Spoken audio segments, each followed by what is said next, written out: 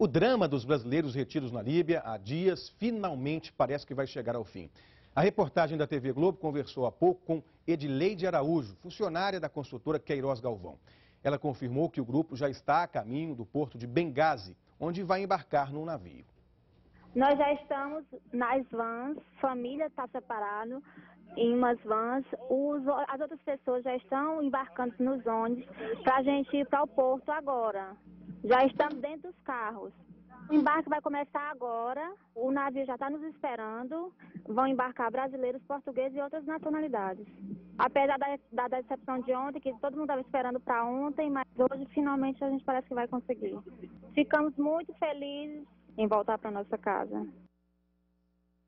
Fica, portanto, essa expectativa pela volta dos brasileiros que estão na Líbia. Aqui no estúdio, a gente recebe o professor André Sena, ele é doutor em História Política pela Universidade Estadual do Rio de Janeiro. Professor, muito obrigado, bom dia. Bom dia a todos. Muammar Gaddafi chegou a ser idolatrado na Líbia, né? 42 anos no poder. Por que é que o povo perdeu confiança nesse ditador? Muito provavelmente porque as promessas da tal revolução que aconteceu em 1969 foram aos poucos degringolando. Ele não conseguiu transformar a Líbia numa república de massas dos sonhos do povo líbio, no sentido de que todo o dinheiro dos petrodólares líbios pudesse também se traduzir em benefícios sociais, em emancipação. Porque a gente está falando de um país rico. A gente está falando de um país rico e pobre, no sentido de que tem uma taxa de 30% de desemprego junto à população jovem. Se a gente comparar essa taxa com o Egito, ela vai de 9% a 17%, quer dizer, é muita coisa. E aos poucos a população vai se revoltando. Lembrando que a Líbia é um país apenas artificialmente unitário, ele é muito fragmentado, sobretudo no sul da província da Cirenaica e em toda a província do Fezzan, no oeste da Líbia. São várias tribos, né? Comunidades. E eu prefiro chamar comunidades, né? Porque essa ideia tribal acaba levando a gente para uma perspectiva muito minoritária da fragmentação. Não, são comunidades mesmo, comunidades que já vêm reclamando autonomia há muito tempo. Ao todo, 17 comunidades, nem todas com o mesmo poder de barganha. Os Tubus, por exemplo, que formaram a Frente Nacional pela Libertação Tubu, é uma dessas maiores comunidades e que vem negociando desde 2009 com o Gaddafi a possibilidade de uma autonomia regional administrativa. E ele sempre soube lidar politicamente com essas tribos, com essas comunidades. Por que perdeu o controle agora? Política e estrategicamente. Ele sempre soube explorar muito bem as rivalidades entre essas comunidades, aparecendo sempre como um árbitro, uma espécie de pai geral da nação líbia. O problema é que, aos poucos, essas comunidades vão se fragmentando ainda mais. E a repressão a essas comunidades também é muito grande. Por exemplo, o líder da Frente Nacional Tubu, Issa Atubawi, ele é radicado em Copenhague, na Dinamarca. É da Dinamarca que ele comanda a oposição Tubu contra o regime de Gaddafi. Foi obrigado a deixar o país. Foi obrigado a deixar o país e continua na Dinamarca, mas mesmo assim com um poder político de capilaridade importante no sul da Líbia contra o centralismo do Muammar Gaddafi. O povo líbio demorou a acordar, apesar de ser um regime extremamente violento, opressor, mas são 42 anos de ditadura. Ou esse processo lentamente já começou há mais tempo? Eu não creio que o povo líbio tenha demorado a acordar. Eu acho que isso faz parte do processo de amadurecimento político de uma nação jovem, né? Em 1951 ela se tornou independente, uma monarquia questionável entre 51 e 69. Então, de 69 para cá, há um processo de amadurecimento político. E agora, eu acho que chegou a hora e a vez do povo líbio, apesar da violenta repressão do regime contra a população civil agora, nesse momento. O senhor vê alternativa para o Muammar Gaddafi, a não ser se entregar?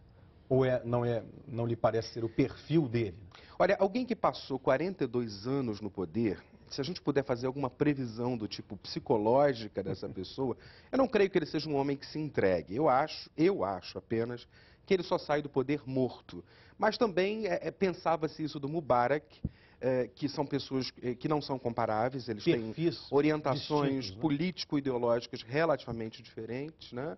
Eu creio que o Muammar Gaddafi e seus 8 filhos, que são mais do que filhos, são dinastas da família Gaddafi, né, da tribo Gaddafi, digamos assim, eu acho que eles vão resistir durante um bom tempo ainda. O senhor citou Hosni Mubarak, eu vejo uma sintonia muito grande entre ele e o ditador líbio, eles têm uma facilidade imensa de fazer fortuna. Ah, é verdade, né? Os petrodólares não só os petrodólares, mas todo o lobby de ajuda financeira internacional a esses países, especialmente no caso do Egito. No caso do Muammar Gaddafi, foi uma ampliação extrema do comércio, das negociações internacionais que a Líbia foi capaz de fazer nesses 42 anos, que renderam dividendos incríveis para a família Gaddafi. Essa é uma das razões, inclusive, do desgaste, né, e da falta de crédito gradual que a população foi tendo com relação a seu ditador.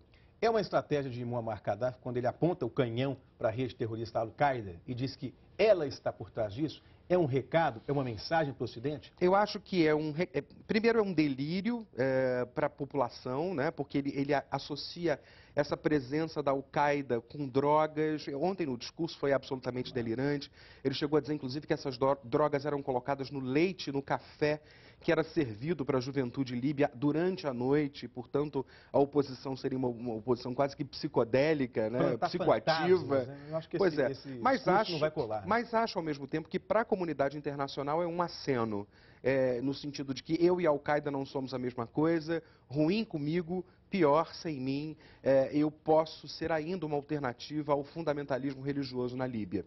E a Al-Qaeda teria estrutura suficiente para representar tanto perigo assim? Estrutura suficiente não, mas tem todo o interesse numa fragmentação líbia. A gente precisa entender, por exemplo, que no caso do Iêmen, que é uma base histórica da Al-Qaeda, né, a situação está cada vez mais instável. Então interessa à Al-Qaeda uma fragmentação líbia nesse momento. Eu não acredito que ela esteja diretamente envolvida nesse processo, né? Eu acho que o povo líbio está se levantando contra o ditador, mas entendo que a Al-Qaeda vê com bons olhos essa fragmentação que está acontecendo. E no caso, em busca de território, em busca essencialmente de petróleo. Em busca de penetração territorial e também de ganhos econômicos para manter as suas atividades terroristas, né? Professor, as forças de segurança líbias, permanecem leais ao ditador? Qual é a diferença, para o nosso assinante entender, entre essas forças de segurança e o exército do Egito, por exemplo? O exército do Egito é uma instituição nacional. A gente percebe, por exemplo, que nessa revolução de veludo que os egípcios fizeram, o povo egípcio pedia que o exército tomasse conta da situação. De uma certa ingenuidade, porque o exército foi quem mais se beneficiou do esquema Mubarak e não vai abandonar esse esquema tão cedo, na minha opinião, no Egito. No caso da Líbia, a gente tem um exército que foi montado e desmontado ao longo de 42 anos. Porque há um voto de desconfiança permanente da parte do Gaddafi, que é uma pessoa politicamente muito paranoica, né? Ele desconfia o tempo todo dos militares. Então ele monta e desmonta ao longo desses 42 anos o exército. Então o exército não tem o mesmo grau de legitimidade junto ao tecido social líbio, como no caso do Egito. Conversei com André Sena, doutor em História Política pela Universidade Estadual do Rio de Janeiro. Professor, muito obrigado. Eu que agradeço. Bom dia a todos.